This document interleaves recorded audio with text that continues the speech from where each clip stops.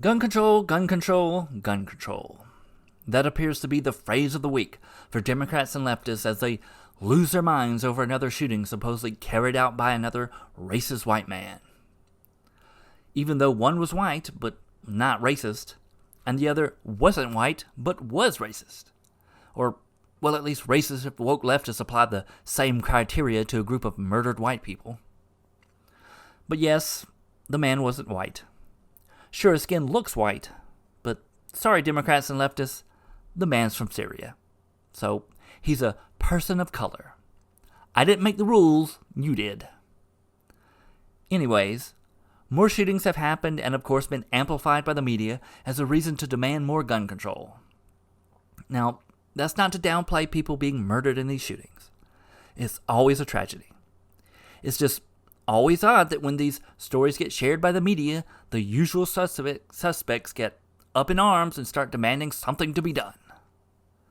Even though shootings seem to happen on a regular basis in Democrat-controlled cities, where they have, ironically enough, strict gun control. Funny how it doesn't seem to work in their own cities, as if the gun control they always call as being common sense isn't really what it's about. It's almost as if it's all about going after the Second Amendment and law-abiding citizens' right to be armed. Hell yes, we're going to take your AR-15, your AK-47. We're not going to allow it to be used against our fellow Americans anymore. This isn't about gun control or protecting people from scary AR-15s, no matter how much Democrats screech about it. It's always been about getting rid of the Second Amendment, or at the very least restricting it to the point of irrelevance. I pointed this out as the very first thing in my video about the Democrat platform. That this is the direction Democrats are clearly going based off what they've been saying for years. When the New Republic, a left-leaning Democrat-supporting publication, calls for the American left to work towards abolishing the Constitution to someday replace it with something new, do you really believe anything like the Second Amendment would be a part of it? When we're the only nation in the world that protects the right to keep and bear arms. When people like Elizabeth Warren calls gun violence a national health emergency. Gun violence is a national health emergency in this country, and we need to treat it like that. Do you really think Democrats want people being able to carry guns around? I mean, hell, there's even been rhino Republicans that want to get rid of it, like former Supreme Court Justice John Paul Stevens, who wrote an opinion piece in the New York Times calling to repeal the Second Amendment. And then Joe Biden's campaign had a large section all about restricting as much of our Second Amendment right as it could get away with, from holding gun manufacturers accountable, I guess meaning they're going to punish gun manufacturers if someone murders someone with a gun they made, as if that would make sense in any other industry.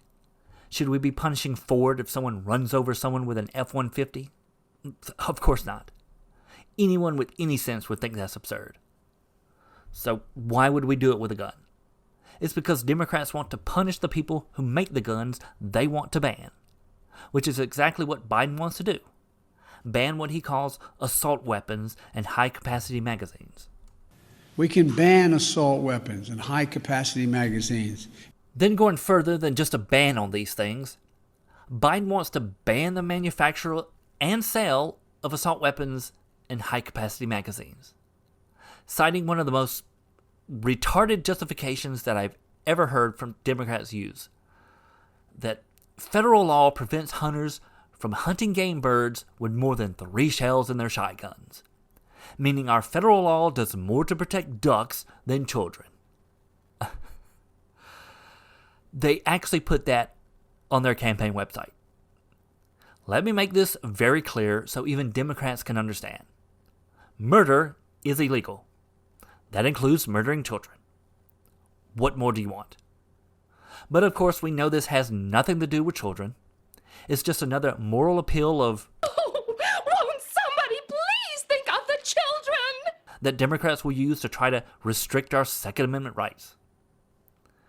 Then there's everything else from regulating possession of existing assault weapons, buying back assault weapons, closing all the so-called loopholes, to pushing more red flag laws, to another insane proposal of wanting to end the online sale of firearms and ammunition, which includes kits and gun parts. Some of this is already in two gun control bills that were passed by the House, H.R. 8 and H.R. 1446, with an even more expansive gun control bill with H.R. 127 that's still waiting to be voted on in the House. With the recent shooting, Biden has been threatening that he may even use executive action to just ban assault weapons. I don't need to wait another minute, let alone an hour, to take common sense steps that will save the lives in the future. And which he has repeatedly said he wants to do, even back during the campaign. To gun owners out there who say, well, a Biden administration means they're going to come for my guns. Bingo, you're right if you have an assault weapon. The fact of the matter is they should be illegal, period. Which again, this is all about restricting as much of the Second Amendment as they can because they know they can't fully get rid of it, no matter how much they may want to. All you have to do is look at Democrat cities where legally owning a gun is, for all intents and purposes, banned. We now have the Ninth Circuit Court of Appeals, a heavy-leaning Democrat court, saying that Americans have no right to even carry a gun in public, which is blatantly false and unconstitutional. Then on top of all of this, we have the Biden administration urging the Supreme Court to let cops enter your home and seize your guns without a warrant, because that's the case the Supreme Court is actually deciding. Again, blatantly unconstitutional. And I don't see how the Supreme Court could rule any other way than to reject such a notion. All of this, and I've probably missed some, is the extent to which the Democrat Party is going after the Second Amendment. The amendment that has the most straightforward constraint on the government messing with it. The right to keep and bear arms shall not be infringed. Securing the sovereignty of Virginia means guarding the natural and inalienable rights of every single Virginian. That includes the right to self-defense. The Second Amendment doesn't grant us this right. God did. The Second Amendment simply tells the government that they cannot impede on our rights. What part of shall not be infringed do they not understand? And that's just it. It's not that Democrats don't understand the Second Amendment. They understand it just fine. They just don't like it. And because while the text itself is rather straightforward, it was still written in the 1700s. So it uses words that we either don't use anymore or have a different interpretation for today. So Democrats use this as a means to try to reinterpret what the Second Amendment actually says. For example, Democrats seem to continually reinterpret the phrase well-regulated to mean, well, regulations, as in government regulation. Yet when it was written, well-regulated simply meant things like well-organized, well-armed, or well-disciplined, or even well-maintained or well-able to function, because it was meant for the militia to be all of these things, and the militia is the people, the citizens of the United States. Something else Democrats seem to continually reinterpret, and yes, despite what the Ninth Circuit Court of Appeals may say, citizens do have a right to carry in public. It's not just about defending your home or hunting. It says it right in the text, plain as day. The right to keep and bear arms, which in this context means to hold or to be equipped with something. In this case, arms, which is also yet another word Democrats seem confused by. They like to argue that, well, the Second Amendment was only meant for muskets, not AR-15s. Sorry, leftists. Arms means, well, arms, as in weapons, something you equip yourself with in order to defend yourself, which is precisely why we have the Second Amendment, for defense, not hunting or whatever else Democrats on the left may want to come up with. It's always been for defense. The primarily one being defense against the government, as the Founding Fathers and even others after the Revolutionary War were very concerned about a corrupt government encroaching on the rights of the people, as they had just fought a war to break away from one. As Noah Webster, a strong supporter of the ratification of the United States Constitution, put it, "Before a standing army can rule, the people must be disarmed. The supreme power in America cannot enforce unjust laws by the sword, because the whole body of the people are armed and constitute a force superior to any band of regular troops that can be, on any pretense, raised in the United States." Now, obviously, by today's standpoint, the last part isn't really true. The military is clearly going to be more well armed than the average American or any militia they can form. But it was the intent of the Second Amendment to make it an equal footing between the standing army of the government and the people. Yet, throughout the years, the Second Amendment has more and more restrictions placed on it. Some I may even agree with. But overall, I do think where we're at is a good place in terms of the Second Amendment. At least in places that aren't run by Democrats. As I said before, they want to restrict it to the point of irrelevance, because these people want power. And just as Noah Webster said, the government cannot enforce unjust laws by the sword if the whole body is armed. Now, you could argue over how well that's actually going, based off what we've seen over the past several years. But I do think the fact that Democrats attack the Second Amendment to the extent that they do shows they are indeed concerned about it. And it's not just about, people dying from guns. The way they ignore shooting after shooting in their own cities is proof enough of that. It's not only that they want to disarm people to make it harder to fight back, but it's because an unarmed person is a powerless person. And when someone is powerless, they're going to have to turn to people with power for help. And when the government is that power, it empowers the government and diminishes the power of the people.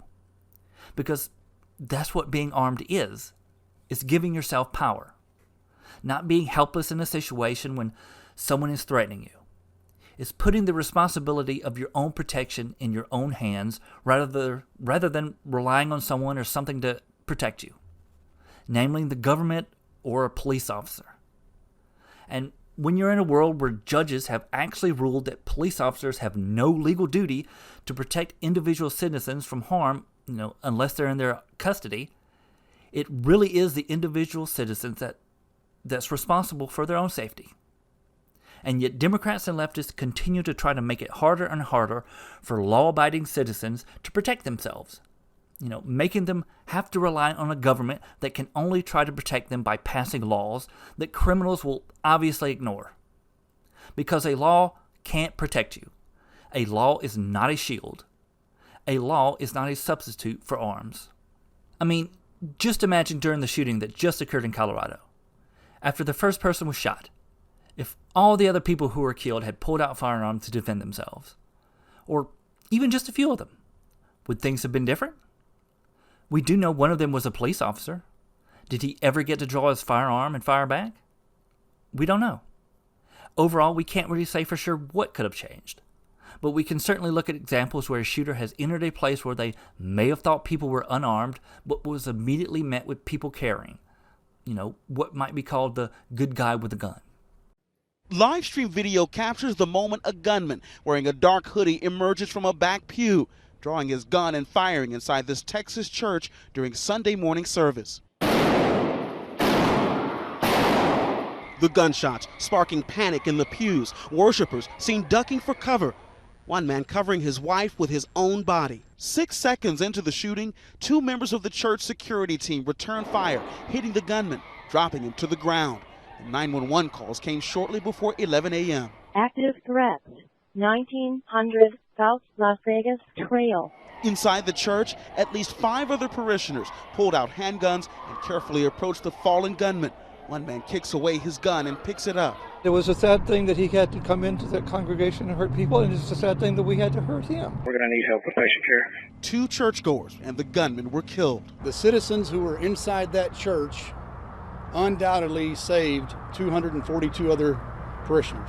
One woman said her mother, a longtime member of the church, saw the suspect and noticed something was wrong. The shooter was sitting next to my mother. She knew from growing up at the church that she didn't recognize this gentleman. Outside, law enforcement secured the area as parishioners, visibly shaken, consoled one another. We lost 2 great men today. but it could have been a lot worse. Today, evil walked boldly among us. But let me remind you, good people raised up and stopped it. Yes, indeed. Thank God for good people. And thank God we have a Second Amendment that allows good people to protect themselves and others around them. Because that's what it's about. Good people, law-abiding people, doing what is necessary in the moment to safeguard themselves and their fellow man from evil people looking to do harm. Because as safe as the United States may be compared to other parts of the world, it isn't immune to evil because it's still filled with people willing to ignore laws in order to enact evil. And we as free men need to do everything we can to make sure we continue to be free and have the ability to empower ourselves to combat evil. We need the Second Amendment. Say no to gun control. Hey, thanks for watching. If you liked the video, please like and subscribe. Also, look me up on other social media sites, as I'm on most main and alt-tech platforms. Definitely look me up on Gab and subscribe to me there, as Gab is now the alt-tech place to be that we all need to support. So thanks again, and God bless.